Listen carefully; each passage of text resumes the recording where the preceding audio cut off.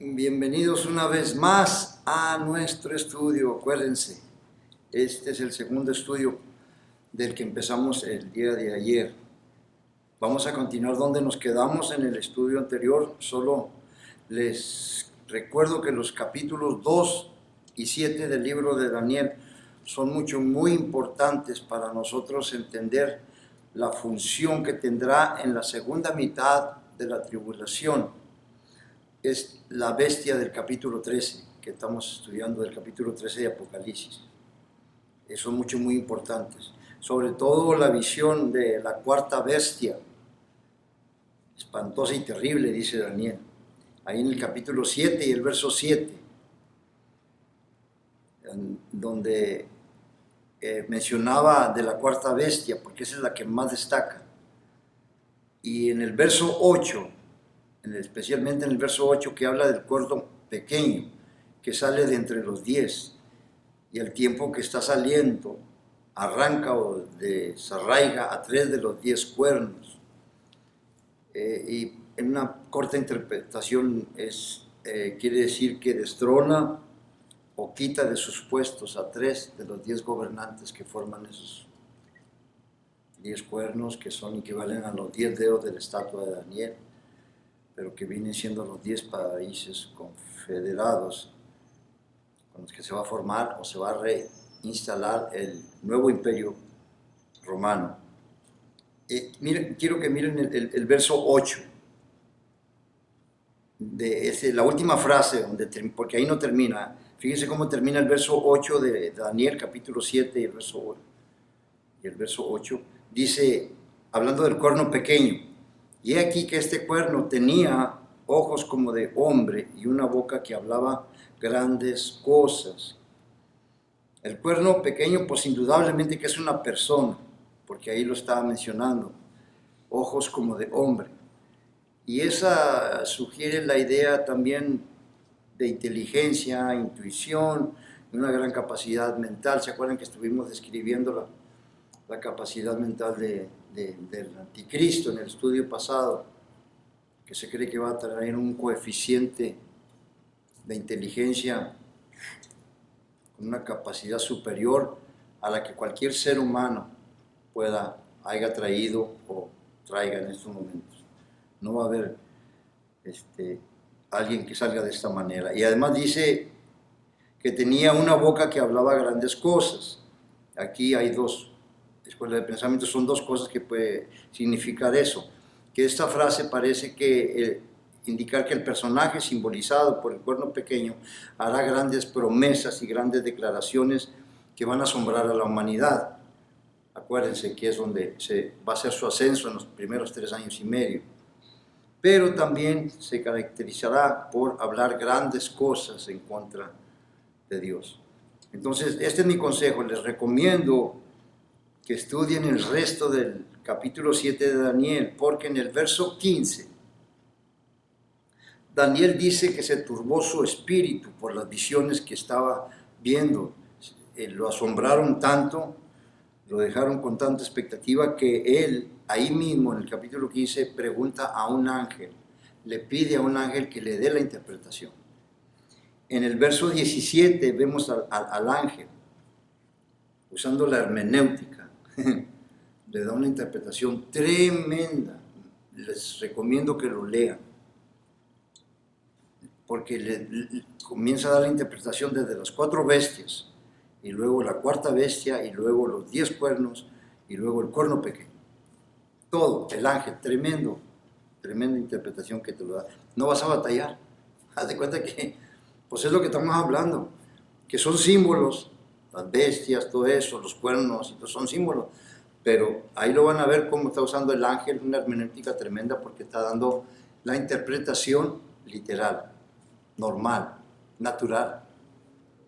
Entonces, este es el pensamiento de lo que les estoy hablando, nomás así en pocas palabras.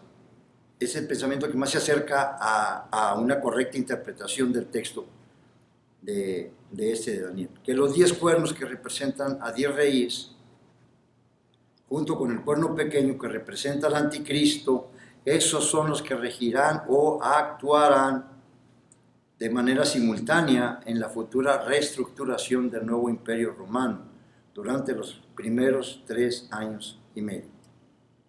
Esa es la interpretación correcta del texto. Ahora, el cuerno pequeño, como ya dijimos, se va a ir engrandeciendo poco a poco y en un momento específico de tiempo que puede ser la segunda mitad de la tribulación, que es donde estamos ahorita nosotros en el capítulo 13, el cuerno ese que era pequeño, pues derriba, ¿verdad? Y desarraiga a 3 de los 10.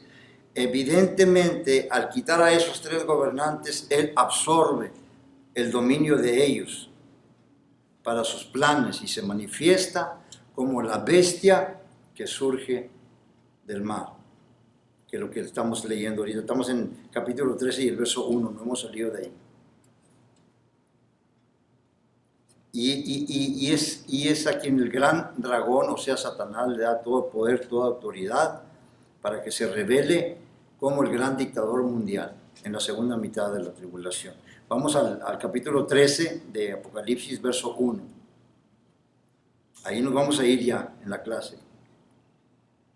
Vi subir del mar, este es lo que hemos estado tratando, vi subir del mar una bestia que tenía 7 cabezas y 10 cuernos, y en sus cuernos 10 diademas, y sobre sus cabezas un nombre blasfemo.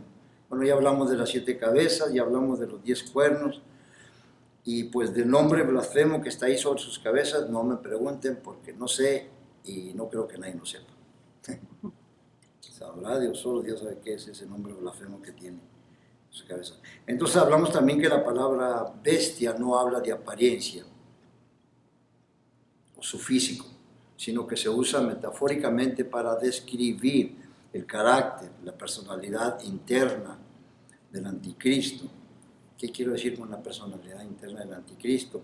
Bueno, que este personaje del que estamos hablando, en su falta de compasión y orgullo que exceden los límites de lo humano, va a caer en lo bestial, lo que nunca jamás se ha podido ver en un dictador, en un gobernante. Va a ser una cosa tremenda la de este personaje, el anticristo. Y miren, es importante entender esto, porque aquí nos vamos a ver las dos mitades, la primera y la segunda. En los primeros 3 años y medio, este personaje se ofrecerá a la humanidad como la panacea para los problemas de la humanidad. Para los que no entienden esa palabra en español, en inglés es panacea. You got it? Okay. La palabra panacea proviene del idioma latín y hace referencia a un medicamento místico en el tiempo antiguo que curaba toda enfermedad. Esa palabra panacea se deriva de la palabra griega pánacos, de 2 partes. Pan, que quiere decir todo, y acos, que quiere decir remedio. Entonces, por eso esa medicina es el remedio para todo. O sea, el que lo cura todo. El cúralo todo o el sánalo todo. Ahora miren, esto es muy, muy importante, un poco de historia. Panacea es una diosa de la mitología griega, hija menor del dios Asclepio, el dios de la medicina. Y la hija mayor se llama Higia, la diosa de la limpieza y la salud. De ahí viene la palabra higiene. Son palabras en griego, pero de ahí vienen muchas de las palabras que nosotros usamos. El origen está ahí. Ahora, acuérdense, mitología, cuando hablamos de mitología, muchos les puedo asegurar que no saben. No, la oímos tanto, nos familiarizamos tanto. Miren, les voy a poner un ejemplo. Teología. ¿Qué quiere decir teología? Está en 2 partes también. Teo es Dios, logía es estudio, es ciencia, es discurso. Entonces, teología quiere decir un discurso acerca de Dios. Entonces, aquí mitología, pues, ¿qué quiere decir? Mito, logía es un estudio sobre los mitos. ¿Qué es un mito? Pues es algo verdaderamente, es algo que no se apega a la realidad. Está fuera de la realidad, no es algo que que sea cierto o que sea verdad. Son cosas imaginarias, pero que al mismo tiempo se le aplican a las cosas, a las personas o a sucesos que han pasado. Por ejemplo, les voy a poner un ejemplo en lo personal.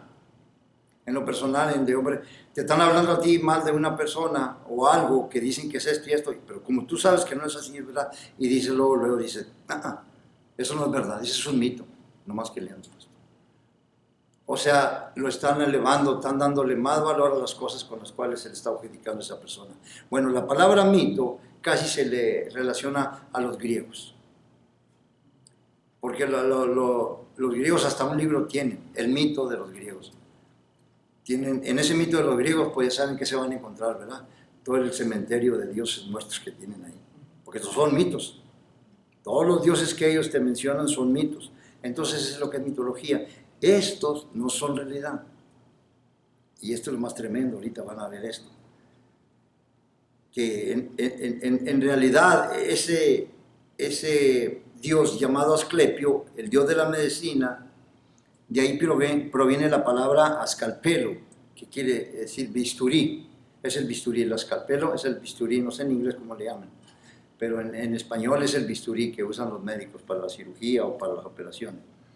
Entonces, el símbolo que representa a este Asclepio, el dios de la medicina, es una serpiente enrodada en una varita. ¿Dónde las han visto ustedes esa? En los consultorios médicos. Ahí la vas a ver, no te quiebres la cabeza. Todos los consultorios médicos tienen esa. Ahora, el juramento hipocrático, el que hacen todos los doctores después de acabar sus estudios de medicina, va más o menos así, dice, juro, y fíjense, empiecen con ese juramento, juro por Asclepio, por Higia y Panacea, las hijas de él, y por todos los dioses y todas las dioses, y los pongo como jueces, que yo me comprometo para sanar, a curar, a aliviar a toda persona, no importando la raza, el género, y están jurando por estos dioses de la mitología. Bueno, ahora, entonces la razón que yo me vine con esto es porque ahora podemos definir la función del anticristo en los primeros 3 años y medio de la tribulación. De esta manera, miren, en los primeros 3 años, el anticristo se presenta como el panacea universal, el que trae la solución a todos los problemas de la humanidad. Y en los siguientes 3 años será el dictador universal del futuro, o el gobernante del futuro. Pablo le llama el hombre de pecado, el hijo de perdición. Y es muy importante entender esto, porque donde se va a convertir en el gobernante, en el tirano mundial de la humanidad en el mundo, son la segunda mitad de la tribulación, los segundos 3 años y medio. No en los primeros. En los primeros él está en el ascenso. Aunque ya hizo pacto con Israel, se ganó la confianza de Israel, se ganó la confianza de muchas naciones, él está escalando, hasta llegar a desenmascararse a los 3 años y medio. Se quita la máscara. ¿Cómo? Al romper el pacto con Israel. Entonces, en los primeros 3 años y medio, la gente está esperando a alguien que venga a solucionar los problemas, ¿verdad? Están esperando a uno como el panacea, ¿verdad? El arréglalo todo, el sábelo todo, una especie de brujo. Y saben que muchos de nosotros tenemos la culpa de nosotros, pues nos incluimos nosotros, porque no solo en este país, en todo país, creo que hay este sistema de la gente. La gente es la que propicia estas cosas porque la gente quiere que el gobierno le solucione todos los problemas. Si es del alimento, que el gobierno nos ayude, nos solucione. Si es del trabajo, que el gobierno nos ayude. Si es de la salud, si es para el pago de la renta o de la casa y todo, que el gobierno. Nosotros somos los mismos que estamos propiciando todo esto. Y en resumen, es muy posible que el ascenso del anticristo al poder comience primeramente por aclamación popular, como hemos estado hablando de estudios atrás, ¿me entiendes? Pero una vez que ocupe la posición deseada, se va a convertir en el más cruel de todos los dictadores que el mundo ha tenido o jamás ha visto, sobrepasando a muchos dictadores, tanto del antiguo, tiempo antiguo como en el moderno, Mussolini, Hitler, Joseph Stalin, que mató a cerca, y hay más, pero las estadísticas dan 20 millones, él mató a 20 millones de gentes. Y de esos 20 millones de gentes, 3 millones eran judíos, pero dicen que fueron más. Ese hombre estuvo tremendo. Levantan a Hitler mal porque se dirigió específicamente con los judíos, pero ese hombre, de su propia raza, mató más de 20 millones. Entonces, y la razón que estoy diciendo yo eso, porque no va a haber un gobernante como el que viene en el futuro.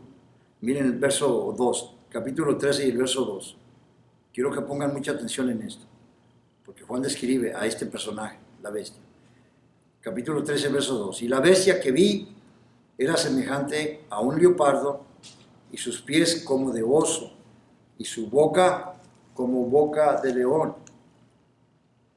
Miren, aquí sí no cabe duda por lo que acabamos de estudiar de Daniel. La relación de esta bestia que estamos estudiando con el capítulo 7 de Daniel, que acabamos de ver, no deja lugar a duda que están hablando de la misma persona, están hablando del mismo personaje. La cuarta bestia del libro de Daniel tiene una composición de las 3 bestias anteriores, es decir, el león, el oso y el leopardo, y las características de la cuarta. Estas son las mismas que trae el personaje el anticristo. Trae la apariencia de un leopardo, de un oso y de un león, nomás que lo da a la inversa, por el tiempo, ¿verdad? Porque va de aquí para allá. Porque empieza primeramente con el leopardo. ¿Quién es el leopardo? Grecia. Y luego el oso. ¿Quién es el oso? Los medos persas. Y luego la boca del león. ¿Quién es el león? Babilonia. Entonces, pero trae las mismas características. O sea, va a haber todo eso en conjunto. Es como el anticristo.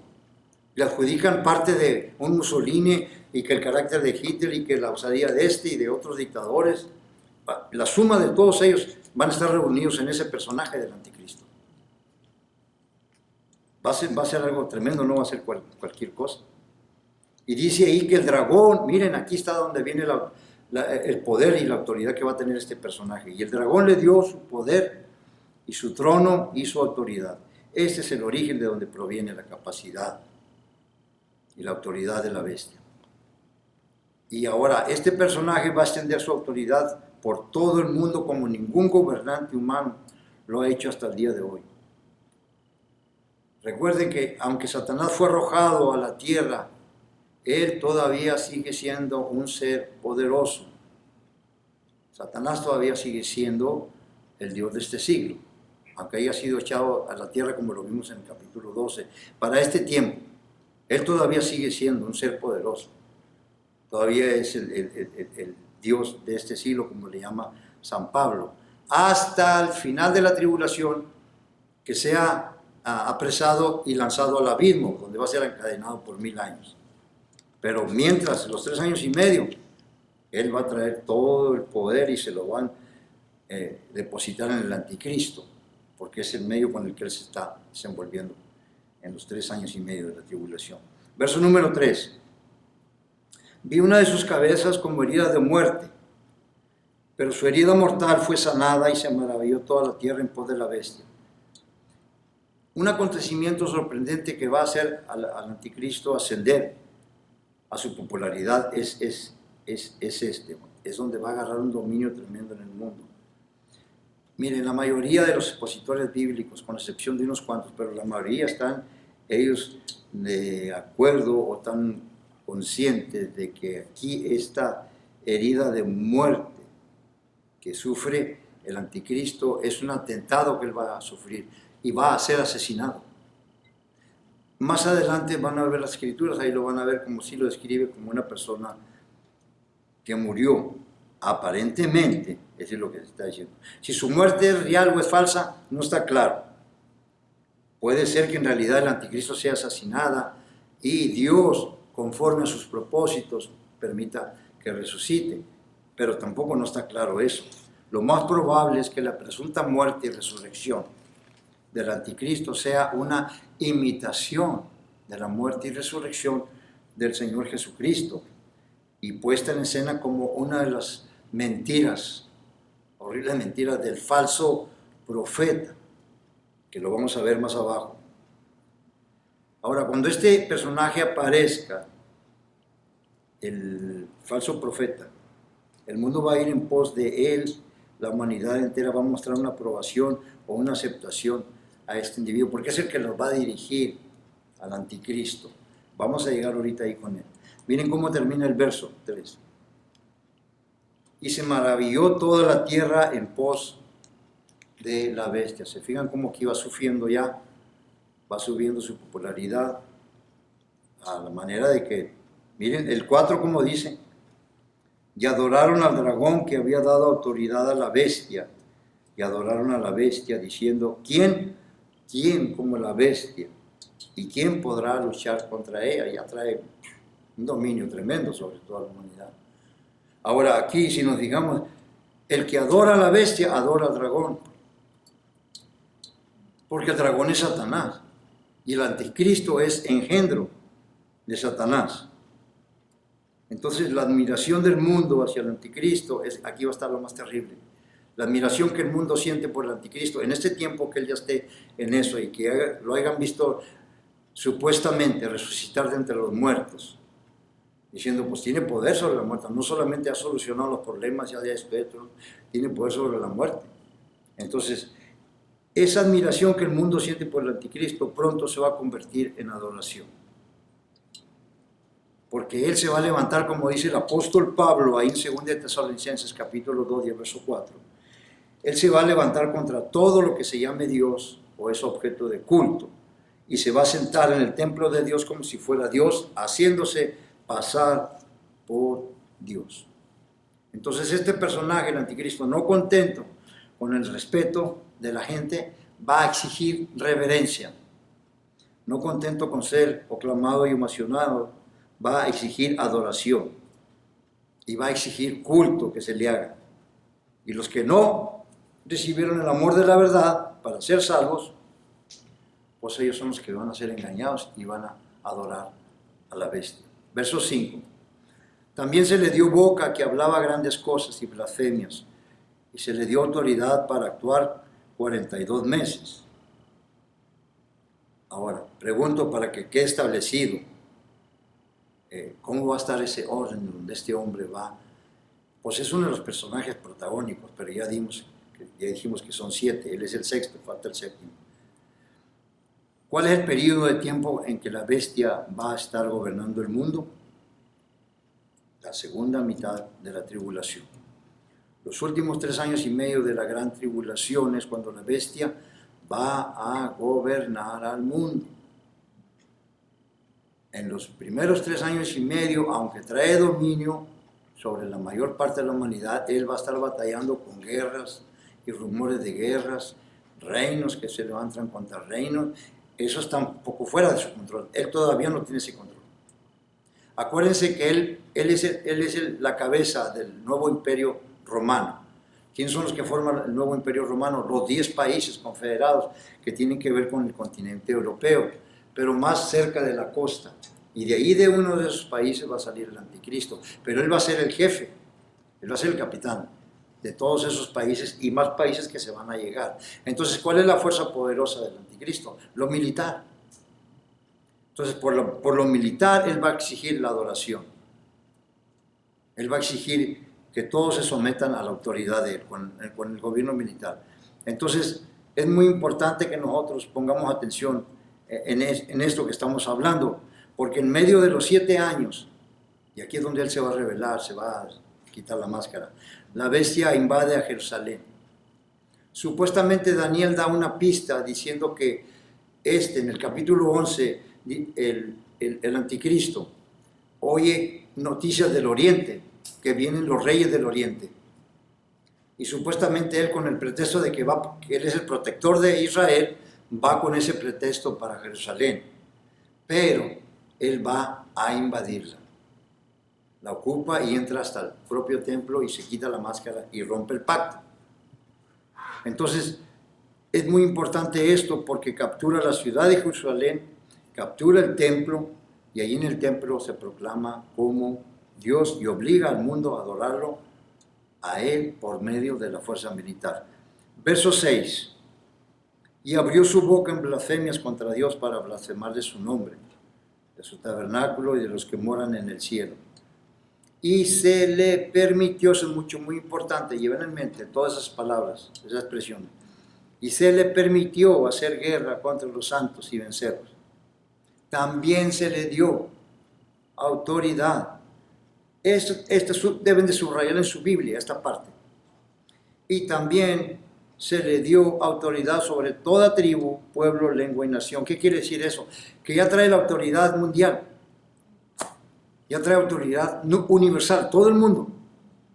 Ya Él es el gobernante. De una manera o de otra, todo, en cualquier parte que esté en el mundo, va a someterse a Él. Sabemos que va a haber gente que no, y eso es donde Él va a tener que lidiar con todos ellos, pero la mayoría, el mundo va a estar sometido a esto. Y aquí te lo está diciendo, porque aquí lo dice la Biblia. Se le dio autoridad sobre toda tribu, pueblo, lengua y nación. Se fijan que son las mismas denominaciones que usa en los otros pasajes, donde dice que el Evangelio va a ser predicado sobre todo pueblo, lengua, nación. A eso está hablando. Cuando 144,000 van a predicar el reino en todo el mundo, menciona esto. Los que salieron de la gran tribulación, menciona esto. O sea, salieron de todas partes del mundo. Y eso es lo que el diablo ha querido siempre, acuérdense. Gobernar la tierra. Desde el principio, él ya ha sido eso. Aun cuando tentó al Señor Jesucristo, ¿se acuerdan? Que le ofreció los reinos del mundo, que le dijo, todo esto te daré si postrado me adorares, porque a mí me han sido entregados y aquí yo quiero la adorar. Entonces siempre ha sido el deseo ese de él. Pero él va a llegar hasta donde Dios le permita llegar, no va a llegar más allá. Verso 8. Y la adoraron todos los moradores de la tierra, cuyos nombres no estaban escritos en el libro de la vida del Cordero, que fue inmolado desde el principio del mundo. Verso 9. Si alguno tiene oído, oiga. Verso 10. Si alguno lleva en cautividad, va en cautividad. Si alguno mata espada, espada debe de ser muerta. Aquí está la paciencia y la fe de los santos. Aquí ya estamos viendo cómo va a suceder todo esto en la segunda mitad de la tribulación. La idea que está hablando de este último verso que estamos leyendo ahorita aquí. Si alguno es llevado en cautividad, váyase en cautividad. Si alguno es muerto, va a ser muerto por espada o de otra manera, que lo maten. Esa es la idea que está dando aquí este verso. Es más, el mensaje es para los santos. Por eso dice el texto, aquí está la paciencia y la fe de los santos. En otras palabras, Dios le está diciendo, no ofrezcan resistencia.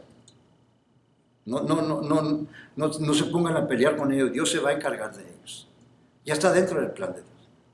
O sea, con esto va en esa segunda mitad de la tribulación, va a haber una gran mayoría, no todos, porque va a haber sobrevivientes, una gran mayoría de los santos van a morir masacrados por el ejército del anticristo, una grande cantidad de santos. Pues, ¿se acuerdan que en el capítulo 7 miramos la multitud esa que salieron de la gran tribulación, que Juan le dijo uno de los ancianos le preguntó a Juan, ¿verdad? ¿Quiénes son estos? Diciéndole Juan, pues, si tú lo sabes, ¿no? Pues, ¿qué? No, Señor, le dijo, no lo sé, dímelo tú. Le dijo el anciano, pues estos son los que han salido de la gran tribulación, de todo pueblo, lengua y nada. Pues mira, yo me imagino eso, pues tiene que ser, hombre, algo. Yo sé que estará allá en el mero, en el tercer cielo. Pero pues mira las preguntas de esas, ¿no? ¿Quiénes son estos? ¿Cómo no vas a saber si sabes? ¿Verdad? Ahí la dejamos. Pero este mensaje es, como les digo, es para los santos. Ahora, vámonos al capítulo 13, verso 11 al 17. Aquí vamos a ver al séptimo personaje.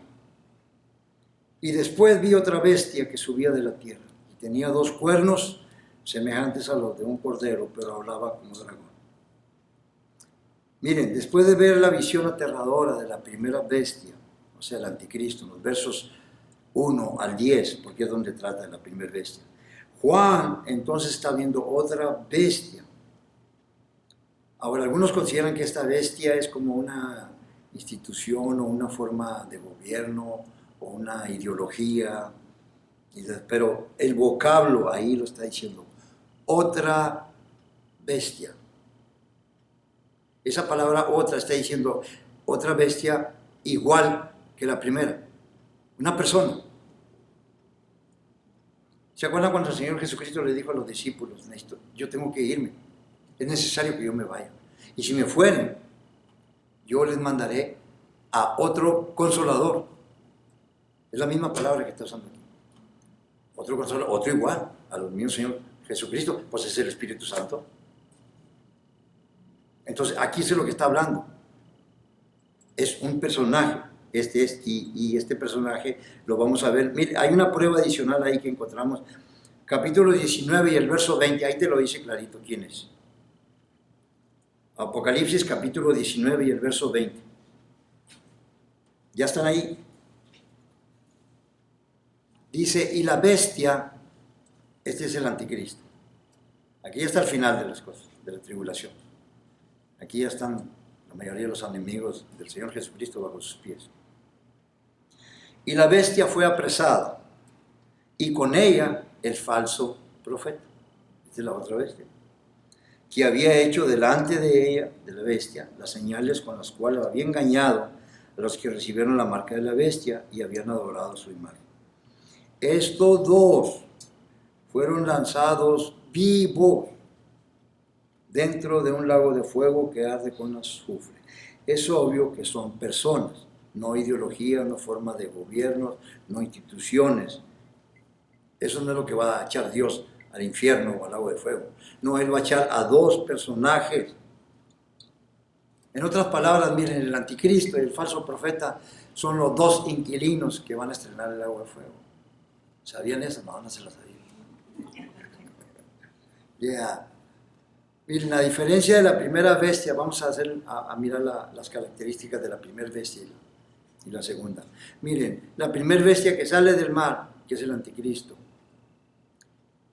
y la segunda bestia sale de la tierra, una sale del mar y otra sale de la tierra, pero al igual que el anticristo, el falso profeta también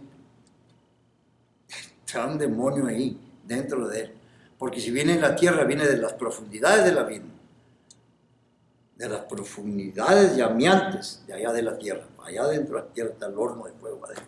De ahí ha salido un demonio y está posesionado por los mismos demonios que traen al anticristo.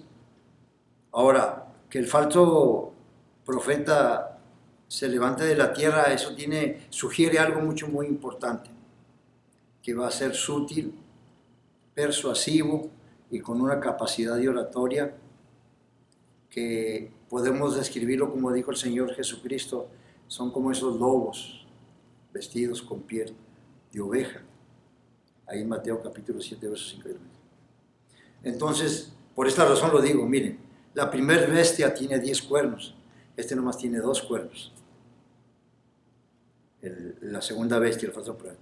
Y a diferencia del anticristo, que se compara con un león, con un oso, con un leopardo, al falso profeta parece tan inofensivo como un cordero. ¿Pero qué dice ahí? Pero que habla como dragón. Entonces, esa es una falsa apariencia, ¿no? Porque habla como dragón. Es una voz muy extraña para un cordero. Esa es la diferencia que hay entre uno y otro personaje. Verso 12, miren, ejerce toda la autoridad de la primera bestia en presencia de ella. O sea, delante de él, no es una autoridad aparte que trae, viene de la misma fuente de Satanás, y hace que la tierra y los moradores de la tierra adoren a la primera bestia, cuya herida mortal fue sanada. También hace grandes señales de tal manera que aún hace descender fuego del cielo a la tierra delante de los hombres, y engaña a los moradores de la tierra con las señales que se le ha permitido a hacer en presencia de la bestia, mandando a los moradores de la tierra que le hagan una imagen a la bestia que tiene la herida de espada y vivió. Aquí ya están mencionando cuál fue el instrumento que se usó para matar al anticristo, o supuestamente el atentado que sufrió. La espada. En el gobierno romano, el soldado romano traía dos clases de espada. La espada de dos filos que entraba, cortaba al entrar y cortaba al salir. Pero la otra espada era la daga, chica, para cuando peleaban cuerpo a cuerpo. Bueno, esta palabra, la que dice la herida de muerte, esa palabra herida de muerte tiene que ver mucho con la palabra inmolado. En el capítulo 5 de Apocalipsis ya lo vimos, ¿se acuerdan? Cuando los 24 ancianos y los 4 seres vivientes que cantaban un cántico nuevo al Cordero que fue inmolado. Bueno, la palabra inmolado es degollado. Entonces, esta arma que se usaba, esta herida de muerte y el arma con la que se usaban para los corderos, era la muerte que les daban era degollamiento. Si ustedes miran a Abraham cuando iba a sacrificar a su hijo, él lo iba a degollar. Ahí dice la Biblia. Porque eso es lo que se hacía. Entonces es posible que al anticristo, ese atentado que él sufre, porque es las mismas palabras. Entonces te va dando más o menos, y más adelante va a dar también otras descripciones. Pero no meramente eso quiere decir que fue cierto que murió. Esto es falso, es una imitación nada más. Y si murió, pues fue porque Dios permitió conforme a sus propósitos. Ahora, entonces el falso profeta va a dirigir la religión mundial de adoración al anticristo. Eso está ya bien definido. Y ese esfuerzo por fomentar la adoración va a recibir un tremendo impulso con este acto que les estoy diciendo. La muerte y la resurrección del anticristo. Una aparente muerte, por decirlo así. Y luego va a aumentar el anticristo su poder y el falso profeta también su carácter persuasivo de convencer a las gentes para que Satanás de esa manera incremente la falsa religión mundial de adoración al anticristo. Algo que el mundo participará en la idolatría más estremecedora y manifiesta como jamás se ha manifestado. No va a haber otro tiempo que la gente sea idólatra como lo va a ser en ese tiempo. Verso 15, y se le permitió infundir aliento a la imagen de la bestia para que la imagen hablase e hiciese matar a todo el que no la adorase. La imagen esa idolátrica del anticristo será diferente a cualquier otro ídolo en la historia humana. Miren, la Biblia describe a los ídolos como teniendo boca pero incapaces de hablar, teniendo pies pero incapaces de caminar, teniendo ojos pero incapaces de ver, y así por el estilo. Pero en una muestra de su poder para engañar, el falso profeta infundirá, dice la Escritura aquí, infundirá aliento a la imagen de la bestia para que la imagen hable. O sea que el falso profeta va a animar a esa imagen del anticristo de una manera que le va a dar una apariencia de un ser que está vivo y que puede hablar. Y no es nada imposible para los tiempos en que estamos viviendo nosotros ahorita. No creo que sea muy imposible eso, porque con los, ¿cómo se llaman esos? Los efectos especiales que se usan en los shows y entretenimientos y eso, para ver que sale humo y salen rayos. Y luego aparte la robótica, ahorita la ciencia de la robótica, donde están haciendo robots que caminan, que hablan y te sirven, te dan servicios. Pues no creo que sea difícil que este individuo haga eso y que diga que está hablando y pues sabemos que no va a hablar, pero de una manera u otra la gente va a creer que así está hablando. Por eso te digo que este va a ser el colmo de la idolatría, porque ahorita la gente, miren, cuando se anuncia que le salieron lágrimas a la Virgen de Guadalupe, príncipe o a esto o al otro. Corre la gente, se llenan todo eso.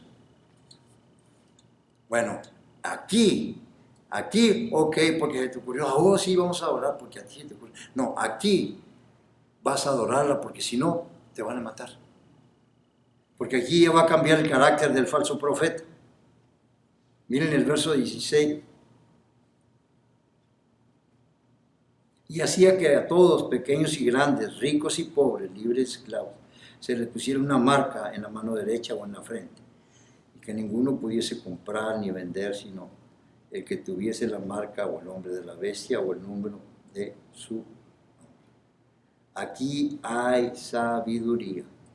El que tiene entendimiento cuente el número de la bestia, pues es número de hombre y su número es 666. Ya habíamos estado hablando sobre eso, ¿verdad? El número ese puede ser como una insignia que van a llevar los que vivan en ese tiempo en la tribulación para poder comprar y vender.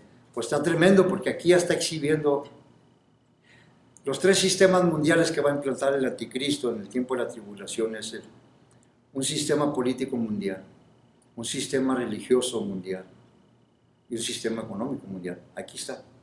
Aquí con esto, aquí ya está exhibiendo, ya está mostrando el control en lo económico mundial. Un sistema, aquí está implantando un sistema mundial en donde nadie va a poder comprar ni vender si no trae la marca de la bestia. Ahora, el hecho de que sea 666, también ya hablamos sobre eso, que el número de hombre, y el número perfecto es 7, y el número 6, pues es imperfecto, nomás así. Pero algo que sí puedo añadir, hermanos, es que la humanidad todavía no ha conocido una dictadura como la que se describe aquí, en esta escritura. En el mundo ha habido grandes dictadores, tanto en el tiempo antiguo como en el tiempo moderno que estamos viviendo. Pero el mundo todavía no conoce a un dictador como este dictador que viene de la gran tribulación. Todos los dictadores que ha habido en el mundo, todos los puedes reunir y puedes hacer una suma de todos ellos. Pero ninguno, pueden reunir todo lo que ellos fueron, ninguno de esos va a llegar al calibre de lo que traiga este personaje del anticristo. ¿Por qué? Porque él va a traer poder sobrenatural, va a traer el poder y la autoridad que se le permitió que el diablo se la diese para poder hacer lo que lleva a cabo, pues conforme el plan de Dios. Por eso es muy importante prestar atención cuando les dije yo ahorita, cuando usa frases y se le permitió, y se le dio que hablase cosas grandes en contra de Dios, y se le permitió, se le dio autoridad, pues vamos a empezar. Todo eso te da a entender que hay alguien que está permitiendo eso. ¿Quién es? Dios. Él es el Dios soberano. Recuerden que estamos en la consumación ya del plan de Dios. Vamos tantito al verso 14. Voy a prisa porque quiero salir del verso 13 para empezar, aunque dejemos comenzado el capítulo 14, perdón. Capítulo 14. Nos hemos detenido en algunas partes porque ha sido necesario y por eso a veces nos tardamos un poco, pero vamos a continuar, vamos al capítulo 14 solo para conectarnos. Ahora, yo les dije algo ayer que el capítulo 14 se parece mucho al capítulo 7, casi son iguales, son paralelos. El capítulo 14 es una recapitulación, no, tampoco la pude mencionar otra vez, la apunté. Recapitulación. Ya el estudio pasado no lo pude pronunciar. Pero ahí se habla, en el capítulo 14, ahí se habla de los 140, bueno, en el capítulo 7 se habla de los 144,000 sellados que van a predicar el Evangelio del Reino durante la gran tribulación. Y es muy probable que en el capítulo 14 se hable del final de esos 7 años. ¿Por qué lo digo? Por esto, mire, capítulo 14 y el verso 1. Y después miré, y aquí el Cordero estaba en pie sobre el monte de Sión, Eso es mucho, muy importante, tómenlo en cuenta. Y con él, lo voy a leer otra vez, después miré, dice Juan, y aquí el Cordero, ¿quién es el Cordero? El Señor Jesucristo. Estaba en pie, ¿dónde? Sobre el monte de Sión. ¿Y quién estaba ahí con él? 144,000 que tenían el nombre de él y el de su padre escrito en la frente. Aquí estamos viendo los 144,000 que están con el Señor Jesucristo en el monte de Sión. El monte de Sión está en la ciudad de Jerusalén. Es un sitio muy especial dentro de la ciudad de Jerusalén. Este pasaje es mucho, muy importante, déjenme les digo por qué. Muchos se preguntan si los 144,000 van a morir. Ya me han oído a mí decir que no, que ellos van a sobrevivir. Pero este pasaje los confunde a muchos,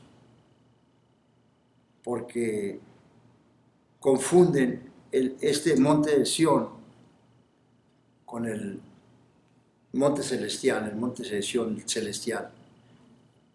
Este es el monte de Sión terrenal, es uno que está en la ciudad de Jerusalén. Por eso le digo que el capítulo 14 ya casi nos va a decir, y está dividido en 3 partes, y los 3 ya está hablando de los últimos tiempos, ya está hablando de casi al final de la tribulación. Es como un prólogo, porque ya vamos a entrar ¿a dónde? ¿Qué viene en el capítulo 15? ¿Se recuerdan? ¡Tan, tan, tan, tan! El juicio de las copas. El juicio de las copas. Es como un prólogo, el capítulo 14, que está hablando casi del final de los tiempos. Quiere decir que si aquí en el verso primero estamos viendo el Cordero, que es el Señor Jesucristo, parado en el monte de Sión, y ahí están los 144,000 con él. Quiere decir que ¿qué? Aquí están ya en el reino. Aquí ya se acabó la tribulación, ya están en el reino mesiánico, donde va a dar comienzo el reino mesiánico. Porque el monte de Sión es ahí, es Jerusalén. Ahora, déjenme les digo tantito y me voy a ir rapidito aquí, pero sí lo vamos a hacer, aunque me pase 5 minutos. Miren, hay una que nos puede ayudar mucho, porque es lo que confunde. Este es el monte, este que está hablando aquí es el monte de Sión terrenal. Y eso es lo más maravilloso de esto, del monte de Sión, que es el único monte que tiene transición. El monte de Sión terrenal a monte de Sión celestial, que es el cielo. Vamos al capítulo 14 de Hebreos, capítulo 12 y verso 8. Lo confunden con este. Capítulo 12 de Hebreos y el verso 18.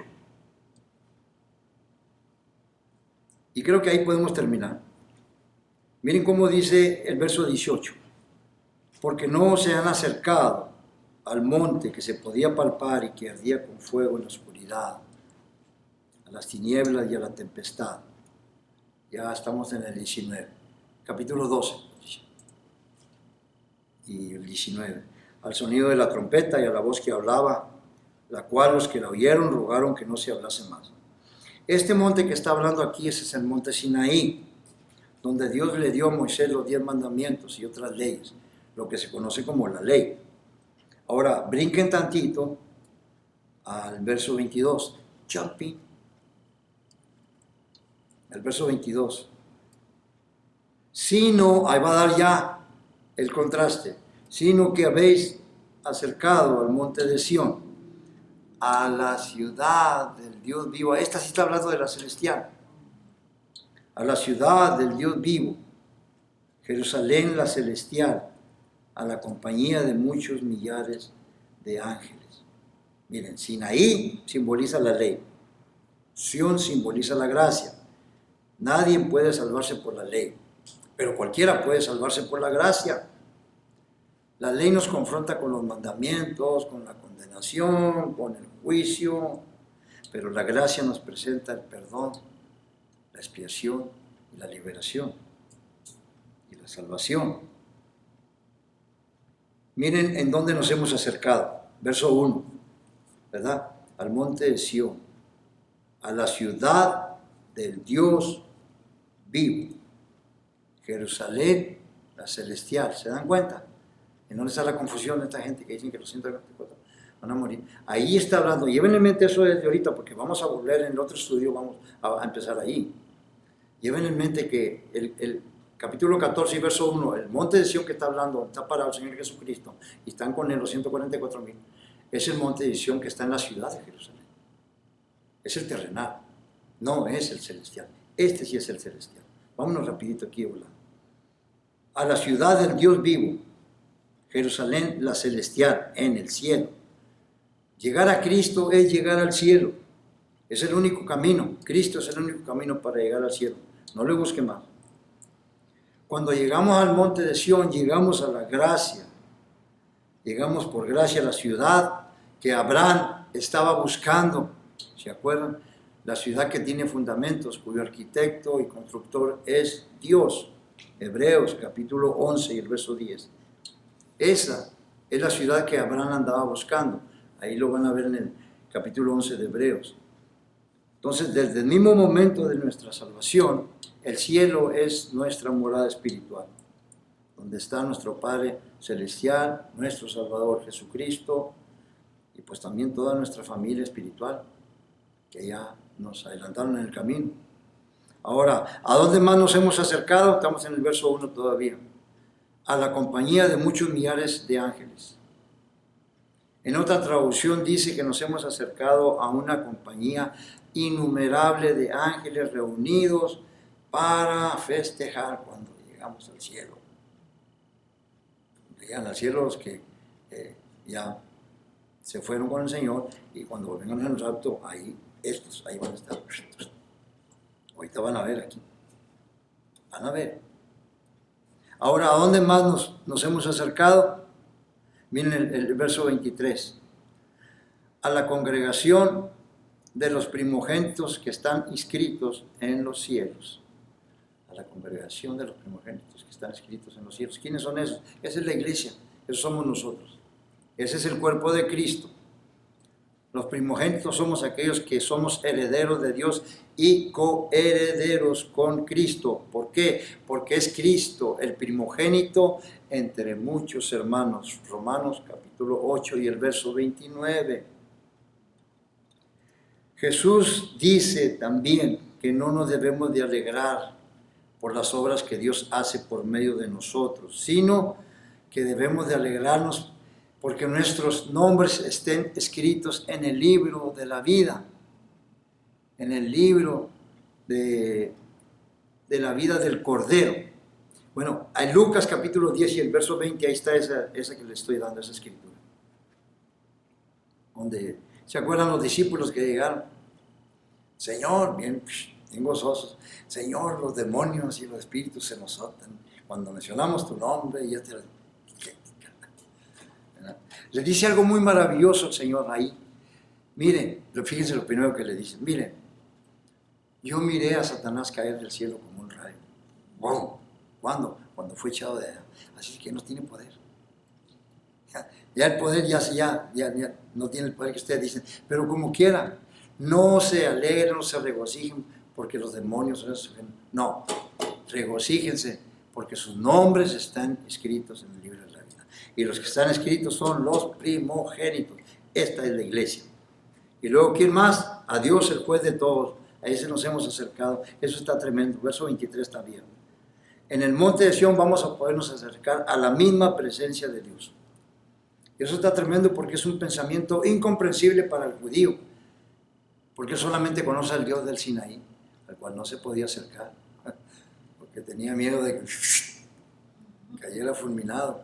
Miren ahí en Éxodo capítulo 19, para que no vean que les estoy diciendo cuento. Nadie me lo contó, yo lo leí.